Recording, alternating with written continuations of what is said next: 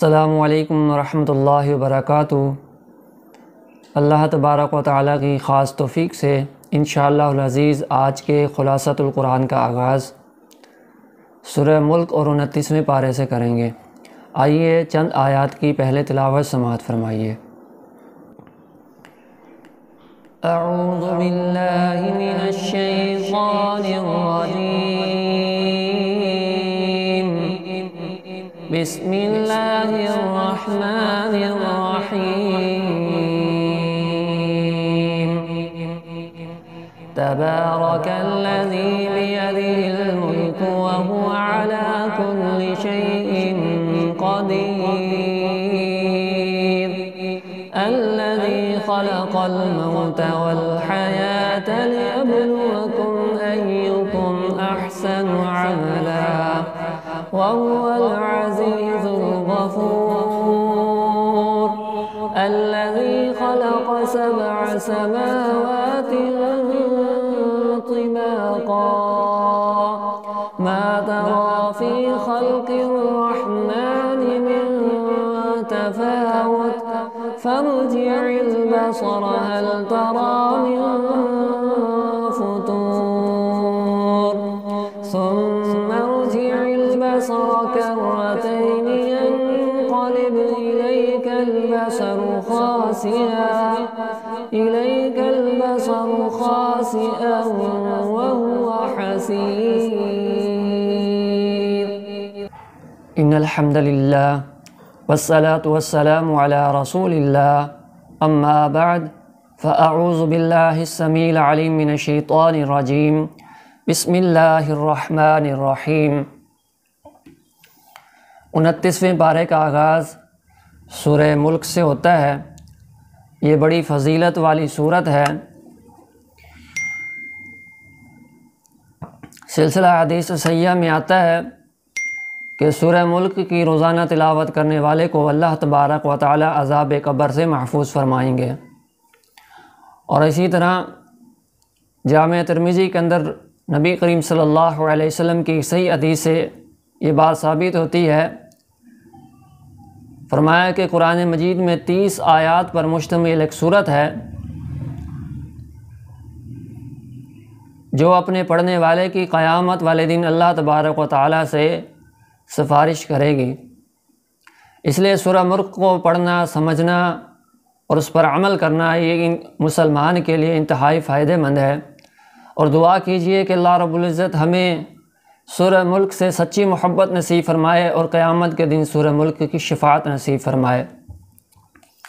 سورہ ملک کے اندر اللہ رب العزت نے اپنی ذات کے بارے میں ارشاد فرمایا ہے کہ بابرکت ہے وہ ذات کے جس کے ہاتھ میں حکومت ہے اور وہ اللہ ہر چیز پر قادر ہے۔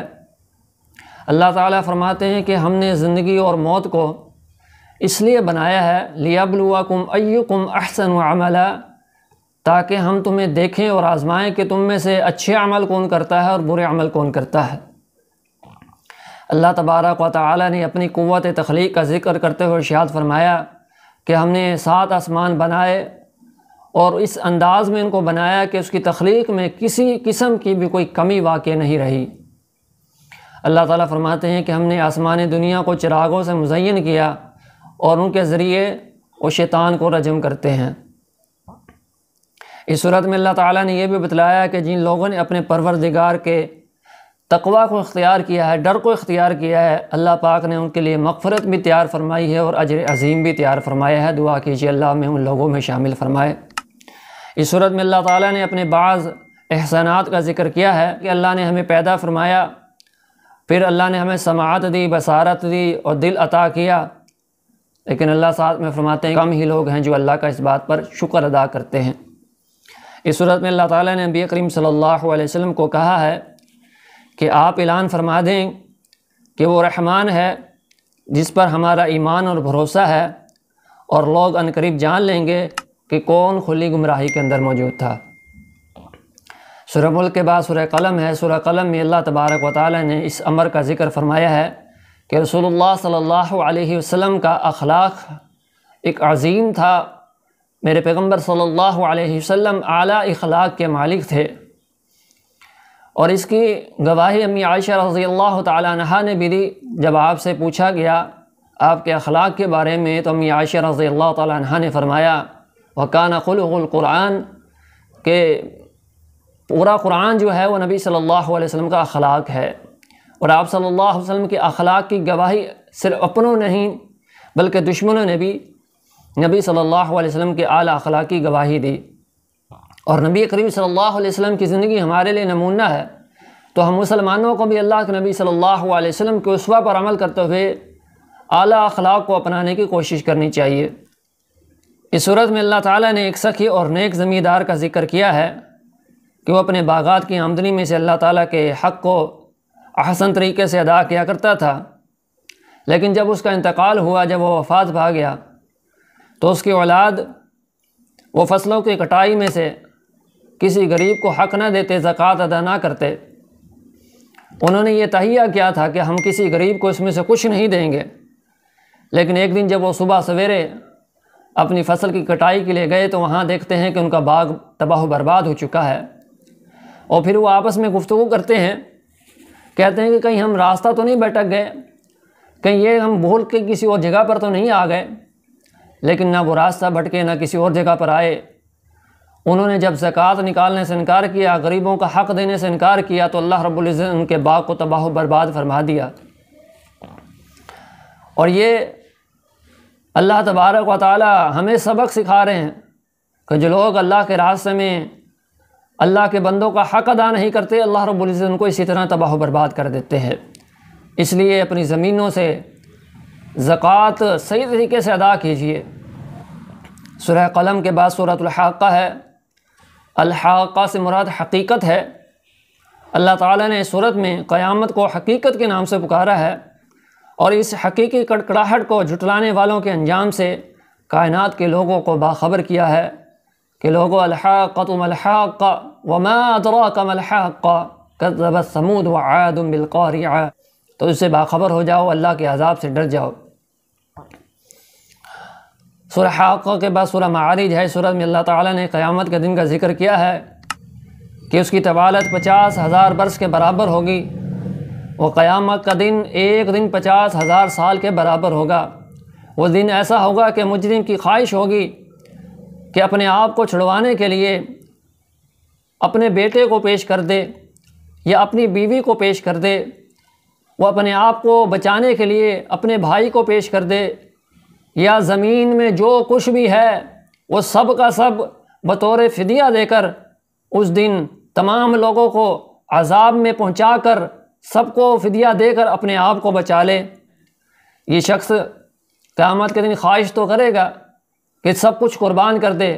آج اس اولاد کے لیے یہ حلال و حرام کی تمیز نہیں کرتا، آج اس بیوی کی ناجائز خواہش کو پورا کرنے کے لیے حرام طریقے کما لیتا ہے، کل قیامت کے دن انہی بیوی بچوں کو جہنم میں پھینکنے کے لیے تیار ہو جائے گا اور کہے گا کہ اللہ ان سب کو جہنم میں پھینک دے، مجھے بچا لے۔ لیکن اس دن اللہ تبارک و تعالیٰ عدل کے ترازو کو قائم کریں گے اور ہر شخص کو اس کے کیے کا بدلہ دیا جائے گا۔ جہاں اللہ نے یہ بیان فرمایا وہاں یہ بھی فرمایا کہ قیامت کے دن کون سے لوگ ہوں گے جن کو اللہ تبارک و تعالیٰ اپنی جنتوں کا مستحق بنائیں گے۔ فرمایا کہ وہ لوگ ہوں گے جو اپنی پاک دامنی کا تحفظ کرنے والے ہوں گے، یہ لوگ امانتوں اور وعدوں کی پاسداری کرنے والے ہوں گے، یہ لوگ حق کی گواہی دینے والے ہوں گے، یہ لوگ حق کی گواہی پر قائم رہنے والے ہوں گے کہ حق جو بیان ہے اسی پر قائم و دائم رہیں گے، اور نماز کی حفاظت کرنے والے ہوں گے۔ جو لوگ نماز کی حفاظت نہیں کرتے وہ جنت کے مستحق نہیں بن سکیں گے، اور یہی لوگ فرمایا کہ اللہ کی جنتوں کے مستحق ٹھہریں گے جن کے اندر یہ اوصاف پائے جائیں گے۔ اللہ ہمیں یہ اوصاف اپنے اندر پیدا کرنے کی توفیق نصیب فرمائے۔ سورۃ معارج کے بعد سورہ نوح ہے۔ سورہ نوح میں اللہ تبارک و تعالیٰ نے جناب نوح علیہ السلام کی دینی خدمات کا ذکر کیا ہے کہ جناب نوح علیہ السلام نے 950 سال لوگوں کو دین کی دعوت دی، اللہ کی توحید لوگوں کو سمجھائی، لیکن لوگوں نے نوح علیہ السلام کی 950 سال کی تبلیغ کا اثر نہ لیا، انہوں نے توحید کو قبول نہ کیا، تو اللہ تبارک و تعالیٰ نے ان پر عذاب کو مسلط فرما دیا۔ اور اس صورت میں اللہ پاک نے یہ بھی بات سمجھائی ہے کہ اپنے پروردگار سے استغفار کیا کرو، معافیت طلب کیا کرو۔ جب تم اپنے رب سے معافیت طلب کرو گے تو اس کا نتیجہ یہ نکلے گا کہ اللہ تبارک تعالیٰ بارشوں کو نازل فرمائے گا اور مال اور بیٹوں کے ذریعے تمہاری مدد فرمائے گا اور ان کے لیے نہروں کو چلا دے گا اور باغات کو آباد کر دے گا۔ یہ ساری کی ساری چیزیں کثرت استغفار سے حاصل ہوں گی۔ آج بھی جو قومیں اللہ کا خوف چھوڑ دیتی ہیں، استغفار چھوڑ دیتی ہیں، اللہ ان کو اسی طرح برباد کر دیتے ہیں۔ اور جو لوگ اللہ سے معافیاں مانگتے ہیں، کثرت سے استغفار کرتے ہیں، پھر اللہ رب العزت آسمانوں سے بارشیں بھی برساتے ہیں، ان کو برکتوں سے نواز دیتے ہیں۔ اس صورت میں اللہ تعالیٰ نے اس بات کا بھی ذکر کیا ہے کہ قوم نوح کے لوگ شراب پر پوری طرح کاربند رہے اور اپنے بتوں ود سوا یغوث یعوق اور نصر کو چھوڑنے پر مادہ و تیار نہ ہوئے۔ جناب نوح علیہ السلام نے ان کے لیے پھر اللہ سے بدعا کی کہ پروردگار زمین پر کسی کافر کو باقی نہ رہنے دینا۔ جناب نوح علیہ السلام کی بدعا قبول ہوئی اور اللہ رب العزت نے آسمان سے بارش کو نازل فرمایا۔ زمین اور آسمان دونوں نے پانی کو اگلنا شروع کر دیا اور سیلاب نے ہر چیز کو تباہ و برباد کر دیا۔ زمین پر صرف ایمان والے ہی باقی رہے۔ سورہ نوح کے بعد سورہ جن ہے۔ سورہ جن میں اللہ تبارک و تعالیٰ نے جنات کی ایک جماعت کا ذکر کیا ہے جنہوں نے اسلام کو قبول کیا۔ اس کا کچھ تذکرہ ہم 26ویں پارے میں کر چکے ہیں، اور اس صورت میں اللہ تعالیٰ نے اس امر کا بھی ذکر کیا ہے کہ وَأَنَّ الْمَسَاجِدَ لِلَّهِ فَلَا تَدْعُوا مَعَ اللَّهِ أَحَدًا، کہ مسجد اللہ تعالیٰ کے لیے ہیں اور مسجدوں میں اللہ کے ان گھروں میں اللہ کے سوا کسی کو نہ پکارا جائے۔ سورہ جن کے بعد سورہ مزمل ہے۔ سورہ مزمل میں اللہ تعالیٰ نے حبیب کبریہ جناب محمد رسول اللہ صلی اللہ علیہ وسلم کو فرمایا کہ وہ پوری رات عبادت نہ کیا کریں، بلکہ نصفہ او انقص منہ قلیلا، رات کا کچھ حصہ آرام کر لیا کریں، اس لیے کہ انہوں نے دن میں کچھ کام اور بھی ہیں جو سر انجام دینے ہوتے ہیں دعوت دین کے حوالے سے، اس لیے فرمایا کہ نصفہ او انقص منہ قلیلا، رات کا کچھ حصہ یا اس سے کم زیادہ کچھ آرام کر لیا کریں۔